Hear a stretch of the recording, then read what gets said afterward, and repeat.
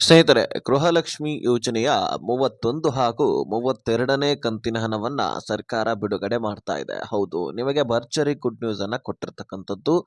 So 31 ಹಾಗೂ 32ನೇ ಕಂತಿನ ಹಣವನ್ನ ಅಂದ್ರೆ ಏಪ್ರಿಲ್ ಮತ್ತು ಮೇ ತಿಂಗಳ ಹಣವನ್ನ 4,000 ರೂಪಾಯಿಯನ್ನ ನಿಮ್ಮ ಖಾತೆಗಳಿಗೆ ಜಮಾ ಮಾಡಲಿಕ್ಕೆ ಪ್ರಾರಂಭ ಮಾಡ್ತಾ ಇದೆ. ಸಂಬಂಧಪಟ್ಟಂತಹ ಅಧಿಕಾರಿಗಳ ಜೊತೆಗೂ ಕೂಡ ಮಾತುಕತೆ ಆಗಿದೆ ಅಂತೆ. ಸುಮಾರು 5,000 ಕೋಟಿ ಹಣವನ್ನ ಹಣಕಾಸು ಇಲಾಖೆಯಿಂದ ಮಹಿಳಾ ಮತ್ತು ಮಕ್ಕಳ ಕಲ್ಯಾಣ ಇಲಾಖೆಗೆ ಬಿಡುಗಡೆ ಮಾಡಾಗಿದೆ. ಸೊ ಹಾಗಾದ್ರೆ ಈ 5,000 ಕೋಟಿ ಹಣದಲ್ಲಿ 2 ತಿಂಗಳ ಹಣಕ್ಕೆ ಸಾಕಾಗತ್ತಾ? ಖಂಡಿತವಾಗ್ಲು. ಒಂದು ಕಂತಿಗೆ 2,500 ಕೋಟಿ ಬೇಕಾದ್ರೆ 2 ಕಂತುಗಳಿಗೆ ಸುಮಾರು ಹತ್ತತ್ರ 5,000 ಕೋಟಿ ಹಣ ಬೇಕು. ಹೀಗಾಗಿ 5,000 ಕೋಟಿ ಹಣವನ್ನ ಬಿಡುಗಡೆ ಮಾಡಲಾಗಿದೆ. ಸೊ ಈ 5,000 ಕೋಟಿ ಹಣದಲ್ಲಿ 1,22,00,000 ಫಲಾನುಭವಿಗಳಿಗೆ ಅಂದ್ರೆ ಪ್ರತಿಯೊಬ್ಬ ಅಕೌಂಟ್ಗಳಿಗೂ ಕೂಡ 4,000ದಂತೆ ದುಡ್ಡು ಹೋಗುತ್ತೆ. ಜೊತೆಗೆ ಇಂದು ಮುಖ್ಯವಾಗಿ ನಿಮಗೆ ತಿಳಿಸುವಂತಹ ವಿಷಯ ಏನಪ್ಪಾ ಅಂದ್ರೆ ಈ 9 ಜಿಲ್ಲೆಗಳಿಗೆ ಮೊದಲು ಪ್ರಾರಂಭವಾಗಲಿದೆ ಅಂತೆ. ಬಿಡುಗಡೆ ಆದ ತಕ್ಷಣವೇ ಈ 9 ಜಿಲ್ಲೆಗಳಿಗೆ ಬಂದು ತದನಂತರ ಉಳಿದಂತಹ ಜಿಲ್ಲೆಗಳ ಮಹಿಳೆಯರ ಅಕೌಂಟ್ಗಳಿಗೆ ದುಡ್ಡು ಬರಲಿದೆ. ಹಾಗಾದ್ರೆ ಈ 9 ಜಿಲ್ಲೆಗಳು ಯಾವುವು? ಆ ಜಿಲ್ಲೆಗಳಲ್ಲಿ ನಿಮ್ಮ ಜಿಲ್ಲೆನೂ ಕೂಡ ಆಗಿರಬಹುದು. ಹೀಗಾಗಿ ತೀರಾ ಇಂಪಾರ್ಟೆಂಟ್ ಮಾಹಿತಿ. ರಾಜ್ಯದ ಎಲ್ಲ ಗೃಹಲಕ್ಷ್ಮಿಯರು ಕೂಡ ಈ ವಿಡಿಯೋನ ಮಿಸ್ ಮಾಡದೆ ಕೊನೆವರೆಗೂ ವಾಚ್ ಮಾಡೋದಲ್ಲ, ಅರ್ಥ ಮಾಡ್ಕೊಳ್ಳೋದು. ಸ್ನೇಹಿತರೆ, ಈ ಗೃಹಲಕ್ಷ್ಮಿಯಲ್ಲಿ ಒಟ್ಟಾರೆಯಾಗಿ 30ನೇ ಕಂತಿನ ಹಣದವರೆಗೂ ಕೂಡ ಕ್ಲಿಯರ್ ಆಗಿದೆ. ಅದರಲ್ಲಿ ಹೋದ ವರ್ಷದ 2025ರ ಪ್ರಾರಂಭದಲ್ಲಿ ಫೆಬ್ರವರಿ ಮಾರ್ಚ್ ತಿಂಗಳ ಹಣವನ್ನ ಸರ್ಕಾರ ಕೊಟ್ಟಿಲ್ಲ ಅಂತ ನಾನು ಸಾಕಷ್ಟು ವಿಡಿಯೋದಲ್ಲಿ ನಿಮ್ಮ ಜೊತೆಗೆ ಚರ್ಚೆ ಮಾಡಿದ್ದೀನಿ. ಅದು ಓಕೆ. ಆದರೆ ಈಗ ಈ ಗೃಹಲಕ್ಷ್ಮಿಯಲ್ಲಿ ಆ 2 ತಿಂಗಳ ಹಣವನ್ನ ಮತ್ತೆ ಕೊಡ್ತೀನಿ ಅಂತ ರಿಪೀಟ್ ಆಗಿ ಹೇಳಿದ್ದಾರೆ. ಆವಾಗಲೇ ಕೊಟ್ಟು ಕ್ಲಿಯರ್ ಮಾಡಬೇಕಾಗಿತ್ತು. ಆದರೆ ಕಾರಣಾಂತರಗಳಿಂದ ಅದನ್ನ ಬಿಡುಗಡೆ ಮಾಡಿ ಕ್ಲಿಯರ್ ಮಾಡಲಿಲ್ಲ. ಈಗ ಸದ್ಯದಲ್ಲಿ ಅದನ್ನ ಬಿಡುಗಡೆ ಮಾಡ್ತೀನಿ ಅಂತ ಸ್ಪಷ್ಟನೆಯನ್ನ ಕೊಟ್ಟಿದ್ದಾರೆ. ಸೊ ಹೀಗಾಗಿ ಫೆಬ್ರವರಿ ಮತ್ತು ಮಾರ್ಚ್ ತಿಂಗಳ ಹಣ 2025ರ ಹಣ ಬರಬೇಕು. ಈಗ ಈ ವರ್ಷದಲ್ಲಿ ಎಷ್ಟು ಕಂತುಗಳು ಪೆಂಡಿಂಗ್ ಉಳಿದಿದ್ದಾವೆ ಅಂತ ನಾವು ನೋಡೋಣ. ತದನಂತರ ಈಗ 31 ಮತ್ತು 32ನೇ ಕಂತಿನ ಹಣದ ಬಗ್ಗೆ ನೋಡ್ತಾ ಹೋಗೋಣ. ಅಂದ್ರೆ ಗೊತ್ತಾಗ್ಬಿಡುತ್ತೆ ನಮಗೆ ಸಾಲು ಸಾಲಾಗಿ. 28ನೇ ಕಂತಿನ ಹಣ ಅಂದ್ರೆ ಜನವರಿ ತಿಂಗಳ ಹಣ. ಇದನ್ನ ನೀವು ಜ್ಞಾಪಕ ಇಟ್ಕೊಳ್ಬೇಕು. ತದನಂತರ ನಿಮಗೆ ಆಟೋಮೆಟಿಕ್ ಆಗಿ ಗೊತ್ತಾಗುತ್ತೆ. ಈ ವರ್ಷದಲ್ಲಿ 29ನೇ ಕಂತಂದ್ರೆ ಫೆಬ್ರವರಿ, 30ನೇ ಕಂತಂದ್ರೆ ಮಾರ್ಚ್ ತಿಂಗಳ ಹಣ. ಈಗಾಗಲೇ ಬಕ್ರೀದ್ ಹಬ್ಬಕ್ಕೆ ನಿಮ್ಮ ಅಕೌಂಟ್ಗಳಿಗೆ ದುಡ್ಡು ಜಮಾ ಆಗಲಿಕ್ಕೆ ಆಲ್ರೆಡಿ ಪ್ರಾರಂಭ ಆವಾಗಲೇ ಆಗಿತ್ತು. ಬಕ್ರೀದ್ ಹಬ್ಬದ ನಿಮಿತ್ತವಾಗಿ ನಿಮಗೆ 30ನೇ ಕಂತಿನ ಹಣವನ್ನು ಜಮಾ ಮಾಡಿ ಹಬ್ಬಕ್ಕೆ ಹಾಕಿ ನಿಮಗೆ ಭರ್ಜರಿ ಗುಡ್ ನ್ಯೂಸ್ ಅನ್ನ ಸಚಿವ ಲಕ್ಷ್ಮಿ ಹೆಬ್ಬಾಳ್ಕರ್ ಅವರು ಕೊಟ್ಟಿದ್ರು. ಸೊ ಈಗ 31ನೇ ಏಪ್ರಿಲ್ ತಿಂಗಳ ಹಣ ಅಂತ ನಾವು ಕರಿತೀವಿ. ಜೊತೆಗೆ 32ನೇ ಕಂತಿನ ಹಣ ಅಂದ್ರೆ ಮೇ ತಿಂಗಳ ಹಣ. ಈ 2 ತಿಂಗಳ ಹಣ ಬರಬೇಕು. ಇನ್ನು ಜೂನ್ ತಿಂಗಳದು ಕೂಡ ಕೇಳಬಹುದಲ್ಲ ಅಂತ ನೀವು ಕೇಳಬಹುದು. ಇಲ್ಲ, ಜೂನ್ ತಿಂಗಳದು ಜುಲೈನಲ್ಲಿ ನಾವು ಕೇಳಬೇಕಾಗತ್ತೆ. ಜುಲೈದು ಆಗಸ್ಟ್ನಲ್ಲಿ, ಆಗಸ್ಟ್ದು ಸೆಪ್ಟೆಂಬರ್ನಲ್ಲಿ. ಹೀಗೆ ಒಂದು ತಿಂಗಳ ಹಣವನ್ನ ಇನ್ನೊಂದು ತಿಂಗಳಲ್ಲಿ ಕೇಳಬೇಕು. ಅಂದ್ರೆ ಸರ್ಕಾರಿ ನೌಕರಸ್ಥರ ವೇತನವನ್ನ ಯಾವ ರೀತಿಯಾಗಿ ಸರ್ಕಾರ ಜಮಾ ಮಾಡ್ತಾ ಇರತ್ತೆ ಅಂದ್ರೆ ಎಕ್ಸಾಂಪಲ್, ಈ ತಿಂಗಳ ಪೂರ್ತಿಯಾಗಿ ದುಡಿಮೆ ಮಾಡ್ತೀವಿ. ಮೇ ತಿಂಗಳಲ್ಲಿ ದುಡಿಮೆ ಮಾಡೋದನ್ನ ಜೂನಲ್ಲಿ ಪಡ್ಕೊಳ್ತೀವಿ.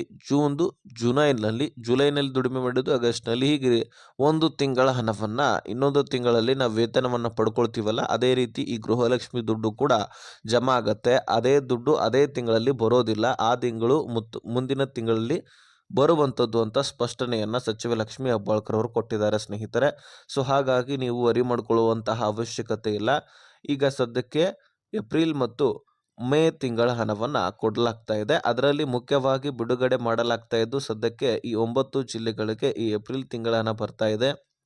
9 ಜಿಲ್ಲೆಗಳಲ್ಲಿ ಮುಖ್ಯವಾಗಿನೇ ಪ್ರಾರಂಭದಲ್ಲಿ ಯಾವುದೇ ಕಂತು ರಿಲೀಸ್ ಆದ್ರೂ ಸಹಿತ ಈ ಬೆಂಗಳೂರು ನಗರ ಮತ್ತು ಬೆಂಗಳೂರು ಗ್ರಾಮಾಂತರ ಜಿಲ್ಲೆಗಳಿಗೆ ದುಡ್ಡು ಬರುತ್ತಂತೆ. ಸೊ ಆ ಒಂದು ಜಿಲ್ಲೆಗಳಿಗೆ ಬಂದೆ ಮತ್ತೆ ಉಳಿದಂತಹ ಜಿಲ್ಲೆಗಳಿಗೆ ದುಡ್ಡು ಬರೋದು. ಯಾಕಂದ್ರೆ 35 ತಾಲೂಕು ಗ್ರಾಮ ಪಂಚಾಯಿತಿಗಳಿಗೆ ದುಡ್ಡನ್ನು ಕಳುಹಿಸಲಾಗುತ್ತೆ. ಆ 35 ತಾಲೂಕು ಗ್ರಾಮ ಪಂಚಾಯಿತಿಗಳು ಇದೇ ಬೆಂಗಳೂರು ನಗರ ಮತ್ತು ಬೆಂಗಳೂರು ಗ್ರಾಮಾಂತರ ಸುತ್ತಮುತ್ತ ಇರತಕ್ಕಂತಹ ತಾಲೂಕು ಗ್ರಾಮ ಪಂಚಾಯಿತಿಗಳು ಆಗಿರುವಂತಹ ಕಾರಣಕ್ಕಾಗಿ ಇಲ್ಲಿಯೇ ಟ್ರಯಲ್ ನಡೆಯುವಂಥದ್ದು, ಅಲ್ಲಿಯೇ ಹೆಚ್ಚಾಗಿ ದುಡ್ಡು ಹೋಗುವಂಥದ್ದು. ಸೊ ಹೀಗಾಗಿ ಅಲ್ಲಿರ್ತಕ್ಕಂತಹ ಎಲ್ಲ ಪ್ರೊಸೆಸರನ್ನು ಮುಗಿಸ್ಕೊಂಡು ದುಡ್ಡನ್ನು ರಿಲೀಸ್ ಮಾಡಲಾಗತ್ತೆ.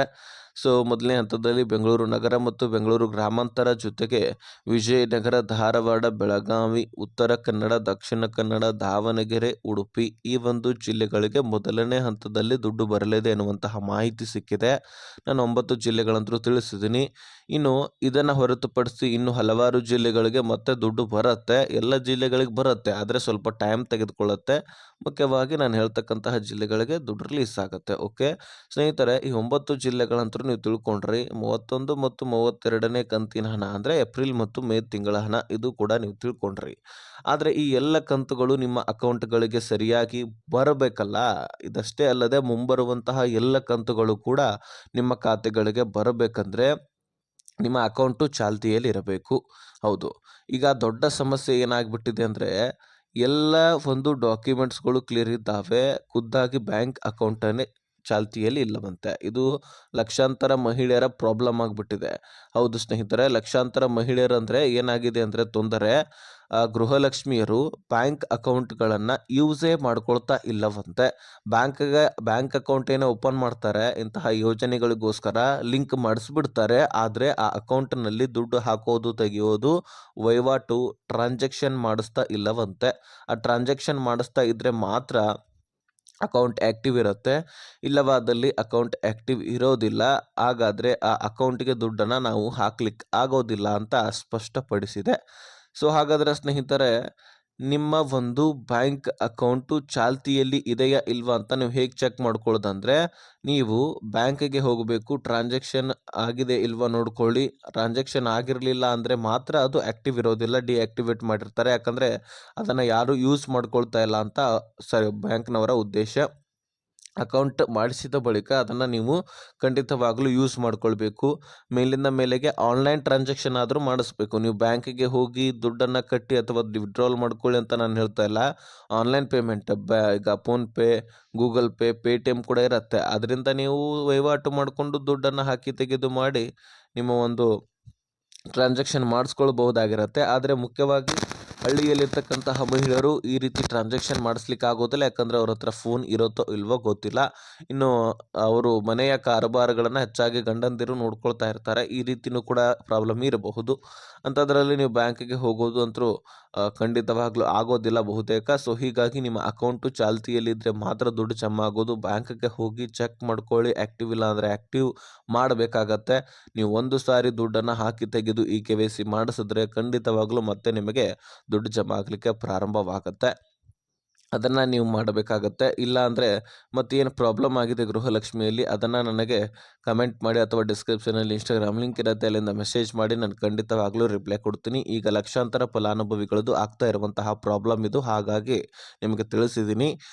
ಇನ್ನೇನೇ ಕ್ವಶನ್ಸ್ ಇದ್ದರೂ ನಾನು ಆಗಲೇ ಹೇಳಿರುವ ಹಾಗೆ ಡಿಸ್ಕ್ರಿಪ್ಷನಲ್ಲಿ ಇನ್ಸ್ಟಾಗ್ರಾಮ್ ಲಿಂಕ್ ಇರುತ್ತೆ, ಅಲ್ಲಿಂದ ಮೆಸೇಜ್ ಮಾಡಬಹುದು. ಖಂಡಿತವಾಗ್ಲೂ ನಾನು ರಿಪ್ಲೈ ಕೊಡ್ತೀನಿ. ಈ ವಿಷಯವನ್ನು ಆದಷ್ಟು ಎಲ್ಲ ಗೃಹಲಕ್ಷ್ಮಿಯರಿಗೆ ಶೇರ್ ಮಾಡಿ. ವಿಡಿಯೋ ನೋಡಿದ್ದಕ್ಕೆ ಧನ್ಯವಾದ. ಹಾಗೆ ಸಬ್ಸ್ಕ್ರೈಬ್ ಮಾಡ್ಕೊಳ್ಳಿ.